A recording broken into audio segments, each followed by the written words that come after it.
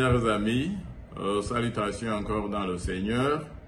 C'est encore un honneur pour moi de vous recevoir pour cette série d'études bibliques. Merci pour votre fidélité de suivre nos études que le Seigneur nous a données. Et je suis certain et j'ose espérer que vous restez bénis en écoutant ces messages. Prions le Seigneur. Éternel notre Dieu, notre Père, toi qui sanctifies et qui sanctifies par ta parole, sanctifie-nous par ta parole. Ta parole est la vérité, Seigneur. Ouvre mes lèvres, Seigneur, et parle à travers moi, par moi et pour moi, afin que la parole, Seigneur, qui sort de ma bouche contribue à édifier ceux qui l'entendent pour leur rendre sages à salut. Au nom de Jésus, notre Sauveur et Seigneur. Amen. Eh bien, mes chers amis, c'est encore la joie de pouvoir vous retrouver. Et je vous rappelle que quand vous écoutez, il ne suffit pas d'écouter seulement, mais c'est bien quand vous posez quelques gestes comme aimer, liker, comme les uns disent, ou encore partager, ou encore souscrire. Cela permettra aux autres aussi de venir se ressourcer et suivre cette parole. Le titre de la parole que Dieu me donne aujourd'hui pour vous partager, c'est un titre pas nouveau. Le juste vivra par sa foi. Je reprends. Le juste vivra par sa foi. Nous allons voir ensemble des versets qui évoquent la première fois dans la Bible ce besoin de vivre par notre foi. Et nous verrons une illustration de ces paroles à travers les paroles qui ont été révélées au prophète Habakkuk. Habakkuk, c'est un prophète de l'Ancien Testament qui est fait parmi la lignée des prophètes qui ont vu et qui ont été avertis des choses étranges qui devaient arriver après leur temps. Et il était sous l'obligation du Saint-Esprit de partager ces paroles, qui n'étaient pas des paroles joyeuses, mais ils étaient des paroles pénibles, c'était des paroles difficiles, c'était des paroles qui annoncent la douleur. Parce que dans son temps, Habakkuk avait eu une vision qui l'a perturbé. Et quand il a eu la vision qui l'a perturbé, avant de partager la vision, il s'est retourné vers le Seigneur. Et il a plaidé fortement avec le Seigneur, demandant à ce que Dieu puisse changer le narratif de la parole qu'il avait reçue. Aujourd'hui, beaucoup de prophètes, beaucoup de soi-disant prophètes, ils essaient de changer le narratif de la parole de Dieu. Ils essaient de nous revenir pour nous dire « Ah, la parole de Dieu ne dit pas vraiment ceci, mais en fait ça veut dire ça. » Et ça nous rappelle, malheureusement, ça nous rappelle du premier mensonge. Car le diable, l'ennemi des âmes humaines et l'ennemi de Dieu, quand il est apparu la première fois pour tenter nos parents, il leur a dit « Ah, Dieu en réalité n'a pas dit ceci ou cela, mais voici ce qu'en réalité Dieu voulait dire. » Et il a changé le narratif de la parole de Dieu et voici le malheur dans lequel nous sommes. Habakkuk de son temps aussi a voulu intercéder avec Dieu pour essayer de demander si Dieu ne va pas lui donner un bon narratif à communiquer au peuple. Et quand il avait prié, quand il avait sondé les Écritures, il s'était humilié, il jeûnait certainement, priait, et il nous dit ces paroles que nous trouvons à Habakkuk, chapitre 2, versets 1 à 4. Habakkuk, c'est un livre de l'Ancien Testament, chapitre 2, versets 1 à 4, nous lisons: J'étais à mon poste et je me tenais sur la tour. Je veillais pour voir ce que l'Éternel me dirait et ce que je répliquerai après ma plainte. Il avait fait une plainte et il veut voir si après sa plainte, Dieu avait changé le narratif. L'Éternel, c'est verset 2, l'Éternel m'adressa la parole et il dit: Écris la prophétie, grave-la sur les tables, afin qu'on la lise couramment. Certaines versions de la Bible disent afin que ceux qui la lisent se précipitent. Verset 3, car c'est une prophétie dont le temps est déjà fixé, elle marche vers son terme et elle ne mentira pas. Si elle est tarde, attends-la, car elle s'accomplira certainement.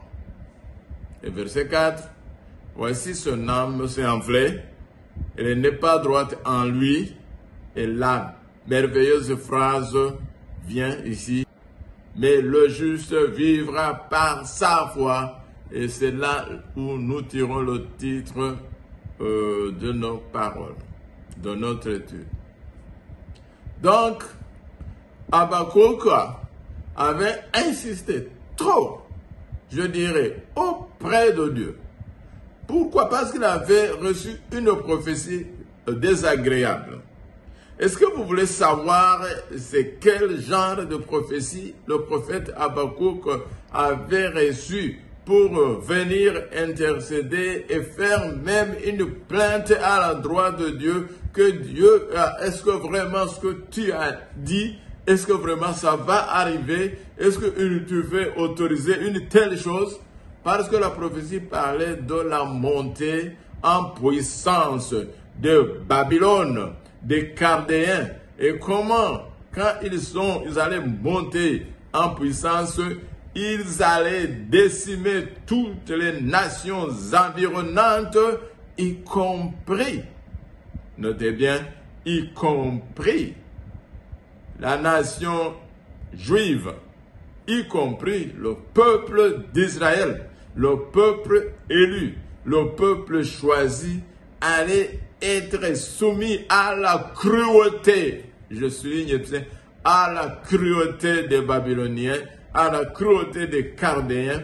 Et quand Habakkuk entendait ces paroles, il a été très perturbé. Comment Dieu, dans sa justice, dans sa bonté, allait déchaîner un roi et une nation si cruelle vers toutes les nations et surtout vers le peuple de Dieu. Certainement que oui, nous avons fait des péchés, certainement que oui, nous avons commis les iniquités en ta présence, mais tu ne vas pas nous châtier par cette population tellement méchante, tellement mauvaise, tellement une population, une nation qui a vraiment fait des choses désagréables à ta vie. Et Dieu dit, j'ai entendu tes paroles, mais écris la prophétie, grave-la sur leur table, afin que les gens la lisent avec empressement.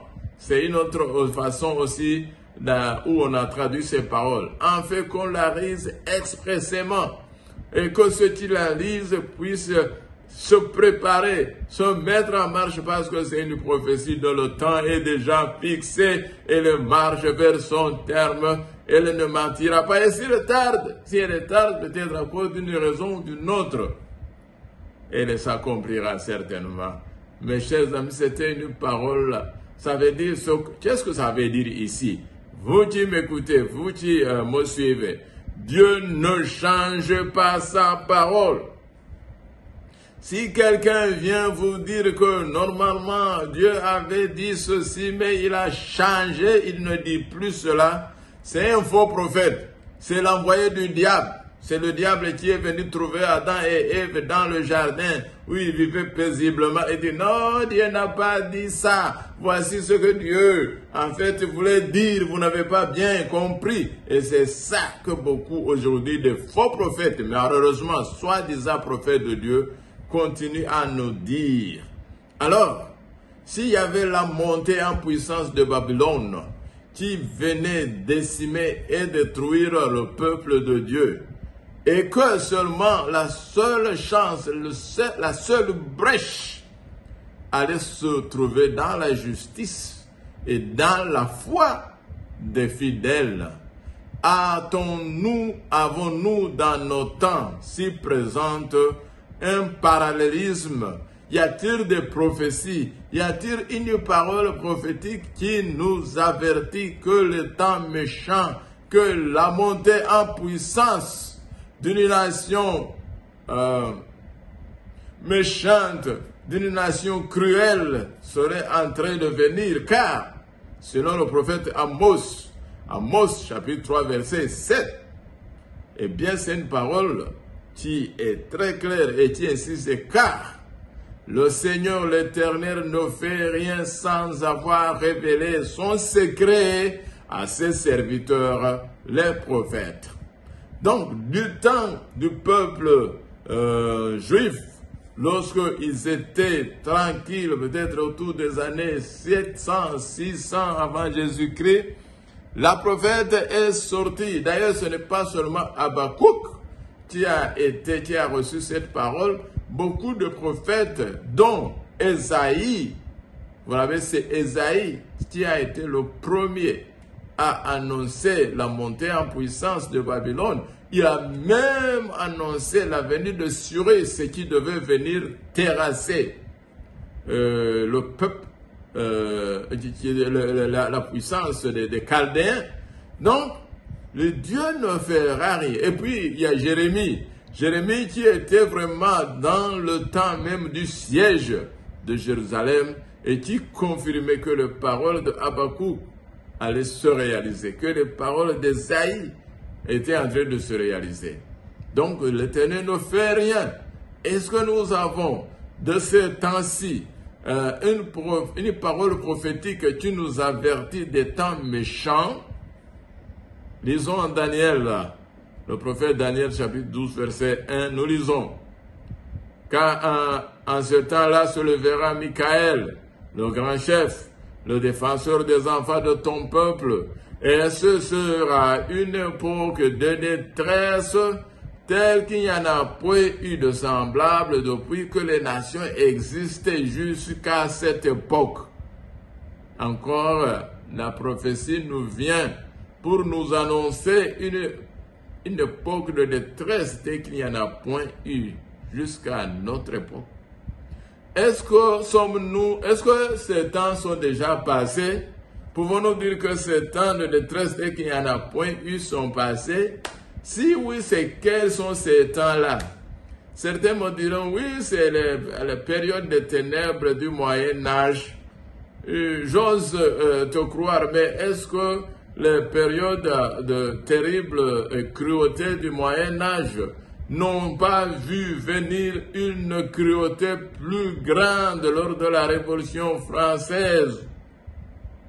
Ou bien alors, n'a-t-on pas vu encore une autre cruauté plus grande dans la Première Guerre mondiale? Et la Deuxième Guerre mondiale n'a-t-elle pas vraiment amené des calamités telles qu'il n'y en a point eu avant la Deuxième Guerre mondiale? Pouvons-nous dire que c'est fini, qu'il n'y en aura plus? Ou bien la Bible nous prévient encore de notre temps où même Michaël, le grand chef, le défenseur des enfants de son peuple, du peuple de Dieu, devra se lever et avancer vers la conquête. Est-ce qu'il est déjà là? Donc, comme il n'est pas encore venu, donc nous attendons une autre époque où la détresse sera si grande que Michael lui-même devra descendre des nuées des cieux pour venir défendre le peuple de Dieu. Et comme ce temps, comme il n'est pas encore là, donc nous pouvons prédire avec certitude que l'époque de détresse n'est pas encore avec nous. Et, voyez, parce que la Bible, Daniel continue sa prophétie en disant, en ce temps-là, ceux de ton peuple qui seront trouvés inscrits dans le livre seront sauvés. Donc nous découvrons la vérité.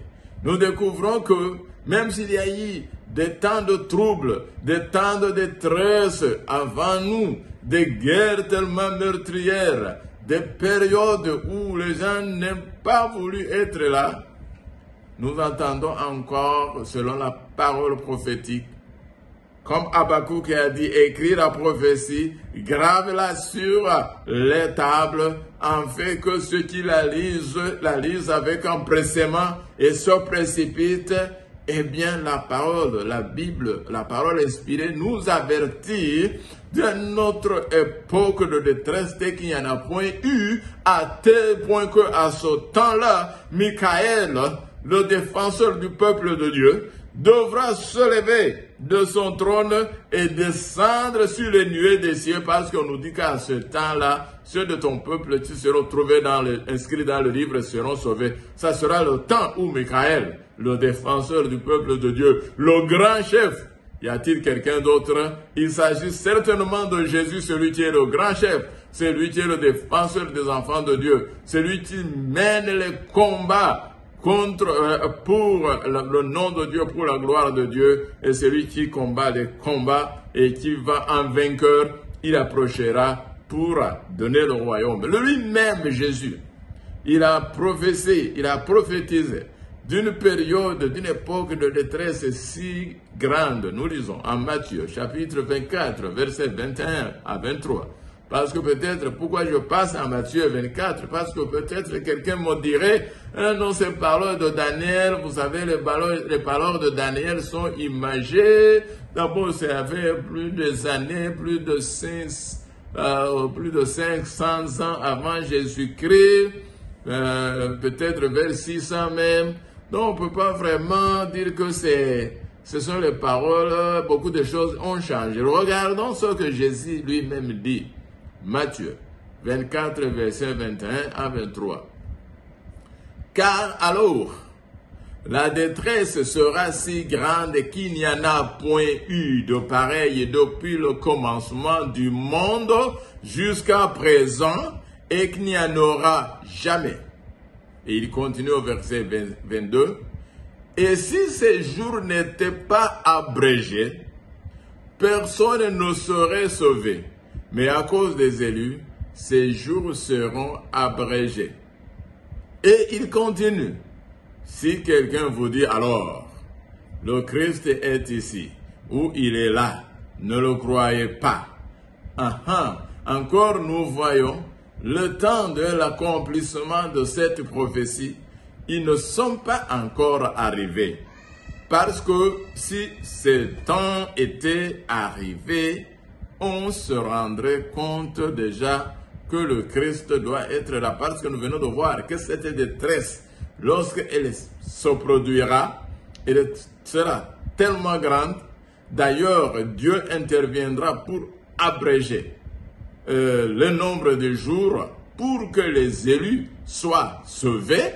Et d'ailleurs, pendant ces temps-là, quand les élus seront confrontés à cette période, Michael, le grand chef de défenseur du peuple de Dieu, devra se lever et venir les défendre et les sauver dans le royaume de Dieu. Donc, la période n'est pas encore venue, on l'attend. Alors, elle arrive certainement comme Habakkuk avait prophétisé en disant que c'est une parole qui s'accomplira certainement. Elle ne mentira pas. Elle a un temps fixé.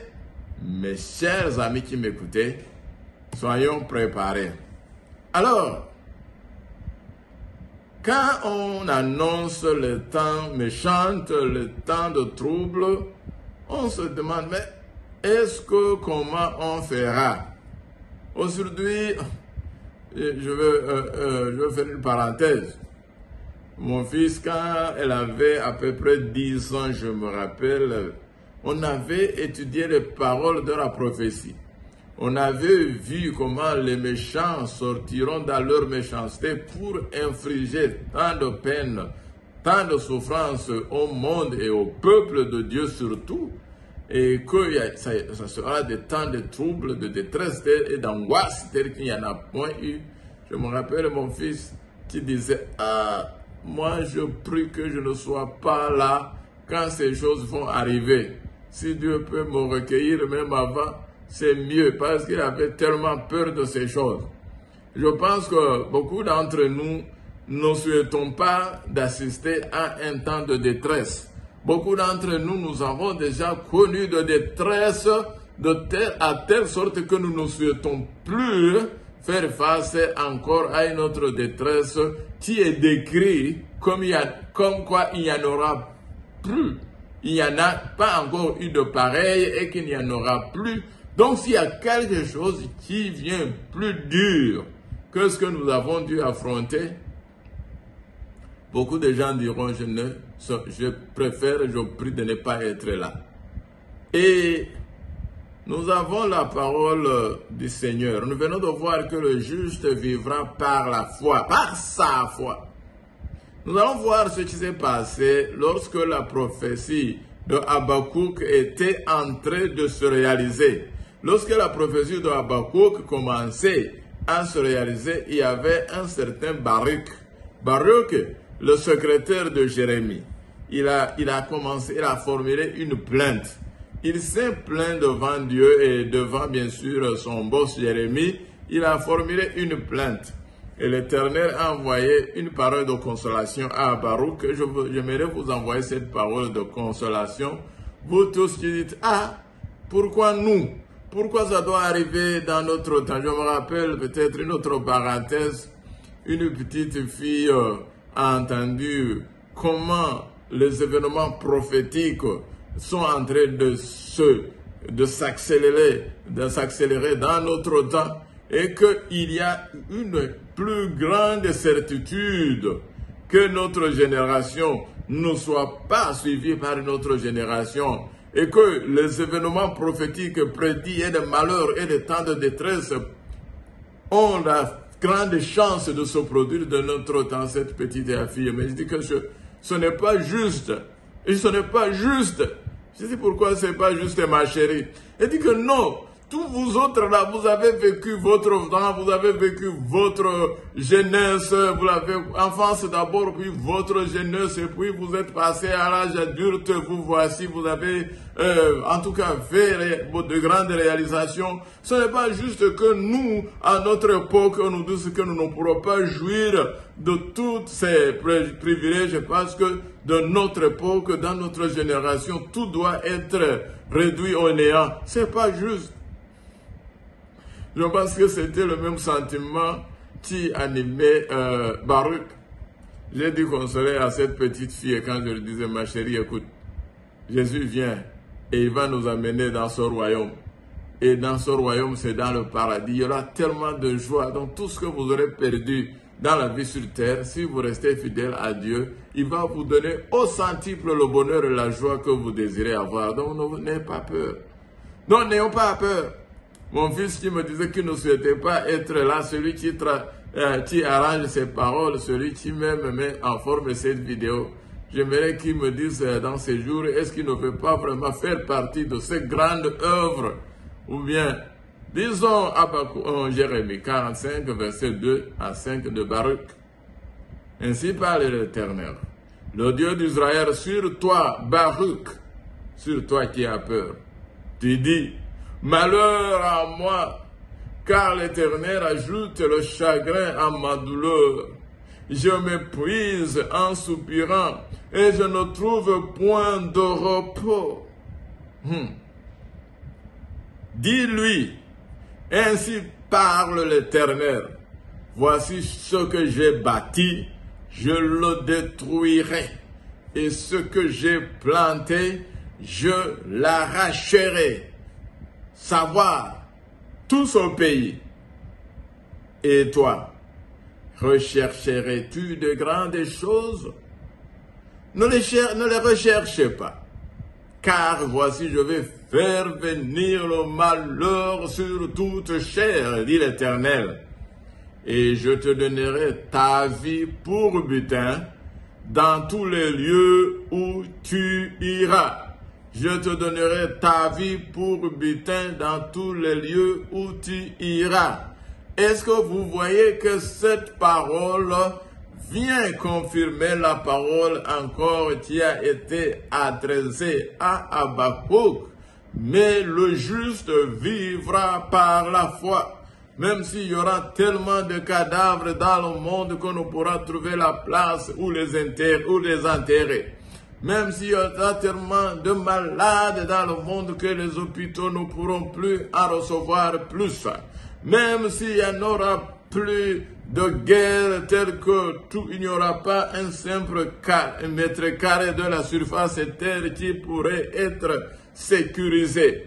Mais dans tout cela, Dieu promet à Baruch et il promet à toi qui attends mes paroles aujourd'hui, si tu restes fidèle, si tu te confies en celui-là, comme il a promis dans le temps de Daniel que Michaël, le grand chef, le défenseur de son peuple, se levera pour sauver son peuple, comme il a promis à Habakkuk que le juste vivra par la foi, il te promet que moi je te donnerai ta vie pour butin dans tous les lieux où tu iras. Et il complétera que je te prendrai même avec moi et je t'amènerai dans mon paradis, dans mon royaume, afin que là où je suis, tu y sois aussi. Donc ce n'est pas le temps de désespérer, ce n'est pas le temps de perdre le courage, mes amis, si vous écoutez ces paroles, et que si vous croyez que ces paroles s'accomplissent dans notre temps, dans notre génération, et vous qui disiez que c'est injuste, parce qu'il faut que je me marie d'abord, laissez-moi tranquille. Oh, c'est injuste, car il faut que je décroche encore mon diplôme et que je jouisse de ma vie. Oh, c'est injuste, parce que j'ai étudié pendant plus de 10 ans, 15 ans, 20 ans à l'école. Maintenant, je viens de décrocher mon premier emploi. Ce n'est pas juste qu'on m'arrache de mon emploi. Mes chers amis, Dieu dit, comme il a dit à Habakkuk, voici ce que j'ai bâti, je vais le détruire. Voici ce que j'ai planté, je vais le arracher. Voici, ça veut dire mon pays. Ça veut dire la terre. Et quand je fais cela, si je veux faire venir le malheur sur toute chair, les diplômes ne serviront à rien. On avance. On avance. Je ne veux pas dévancer. Quelquefois, quand je parle, mes paroles vous veulent même courir en avance. Lisons Habakkuk maintenant. Et c'est en fait le texte clé sur lequel j'aimerais attirer votre attention. Habakkuk chapitre 3, versets 16 à 19. Excusez. Habakkuk, chapitre 3, versets 16 à 19. Habakkuk qui dit, « J'ai entendu et mes entrailles sont émues. À cette voix, mes lèvres frémissent, mes os se consument et mes genoux chancellent. En silence, je dois attendre le jour de la détresse, le jour où l'oppresseur marchera contre le peuple. » Et il continue au verset 17. « Car le figuier ne fleurira pas, la vigne ne produira rien, le fruit de l'olivier manquera, les champs ne donneront pas de nourriture, les brebis disparaîtront du pâturage, et il n'y aura plus de bœufs dans les étables. » Et il ajoute verset 18. « Toutefois, je vais me réjouir à l'Éternel. Je veux me réjouir dans le Dieu de mon salut. L'Éternel, le Seigneur est ma force. Il rend mes pieds semblables à celles de biche, et il me fait marcher sur mes lieux élevés. Au chef de chantre, avec instrument à cordes, parole de Habakkuk. Mes chers amis qui m'écoutez aujourd'hui, si vous recevez cette parole, ce n'est pas pour vous effrayer, ce n'est pas pour vous faire peur, mais allez lire les prophéties, les paroles prophétiques de la Bible. Vous ne trouverez pas le contraire de ce que je vous lis aujourd'hui. Lui-même, Habakkuk, quand il avait plaidé, il s'était plaint contre Dieu. Il espérait avoir une parole consolante. Je ne sais pas si vous est arrivé de prier et attendre une parole consolante, et quand la réponse est venue, ça a fait le contraire de ce que vous espériez. Moi, ça m'est arrivé. Mais je suis là encore pour témoigner que Dieu est bon. Et tout ce qu'il fait est bon. Et même quand il vous annonce les paroles de détresse pour vous avertir, ce n'est pas pour nous terrasser et pour nous détruire, mais que c'est que le sage puisse être encore plus sage et qu'il sache qu'on n'a pas besoin d'investir de volume d'argent dans les banques ou dans les grandes économies pour faire de grosses intérêts, comme la plupart de ceux que je connais sont en train de lutter, pour se faire encore des zéros, des nombres de zéros derrière des chiffres pour dire « Ah, 1 million maintenant sur mon compte. Oh, 1 milliard sur mon compte. » L'Éternel est en train de dire que tout ce que tu es en train de chercher à amasser là, c'est comme Baruch pensait qu'il pouvait amasser quelques trésors de son temps. Dieu a dit que ne cherchez pas ces choses. Ne recherchez pas ces choses parce que ces choses vont être détruites et ces choses vont être réduites au néant. Et c'est pour ça que Habakkuk, quand il a compris, dit « Ah, le figuier ne fleurira pas, la vigne ne produira plus rien, et le fruit de l'olivier manquera, les champs ne donneront pas de nourriture, les brebis disparaîtront du pâturage, et il n'y aura plus de bœufs dans les étapes. » C'était là les trésors, les symboles des trésors du temps de Habakkuk. Quels sont les symboles du trésor de la richesse de notre temps? Si Habakkuk devait écrire dans notre temps, il allait dire « Car le compte bancaire sera vide et que le compte Momo ne sera plus accessible. Les épargnes de la caisse sociale seront fermées. Oh, ton compte crypto money sera inaccessible. Tout ce que tu as économisé dedans sera perdu. Oh, encore, il pourra dire, le marché central auquel tu te ravitailles sera fermé ou rendu inaccessible. Et il continuera à dire, le stock de vivres seront détruits. Oh, il dira encore, les champs cultivés seront dévastés et réduits au néant. Et le diplôme qu'on a acquis après avoir étudié tant d'années ne sera plus utile. Les certificats seront réduits, seront jetés. De l'or même qu'on a amassé ne servira plus à rien. Et du diamant et qu'on a toujours chéri ne sera plus utile pour que ce soit. Et donc quand tout cela sera arrivé, où est-ce qu'on peut trouver la sécurité? Mais encore, ça c'est sur le niveau physique, c'est même le niveau terre à terre, je dirais. Je vais élever la prophétie de Habakkuk à un autre niveau et vous allez être avec moi pour comprendre la portée des paroles de Habakkuk encore dans notre temps et dans les temps qui sont à venir. Je vais encore élever sur le plan spirituel, Habakkuk aurait pu écrire s'il écrivait dans notre temps. Car le peuple élu n'offrira pas ou n'accueillera plus de nouveaux membres. Et l'Église, c'est la vigne, non? Sera fermée et ne produira plus de nouveaux convertis. Alors, le fruit de l'esprit ne se fera plus sentir, car l'Esprit de Dieu ne plaidera plus avec le monde coupable. Et les chants missionnaires ne seront plus utiles, car le monde n'aura plus besoin de nourriture spirituelle. Ils seront déjà franchi la barre, la ligne du non-retour. Et les membres fidèles disparaîtront des églises, et il n'y aura plus de gens pour travailler dans la maison de Dieu.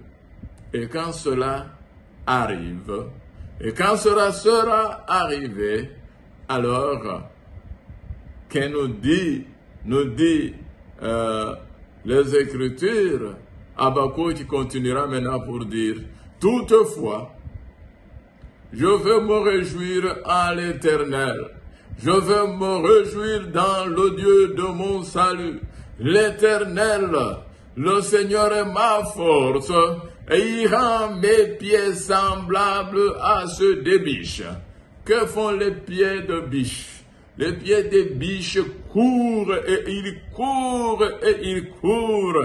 Ça veut dire comme Ésaïe 40, verset du 27 au 30 dira que ceux qui se confient à l'Éternel renouvellent leur force et ils courent et ne se fatiguent point et ils se prennent de l'envol comme des aigles et ne se lassent pas. Quand les adolescents et les jeunes hommes sont fatigués, ceux qui se confient à l'Éternel auront la force parce que c'est le Seigneur qui est notre force et nous pourrons courir et nous pourrons continuer à louer l'Éternel et Dieu fortifiera nos pieds tellement que nous pourrons gravir les rochers sans chanceler, sans nous décourager pour attendre la délivrance car la délivrance sera proche et quand nous saurons que la délivrance sera proche, nous allons nous réjouir en l'Éternel. Nous allons nous réjouir dans le Dieu de notre salut, mes chers frères et sœurs. Hébreux,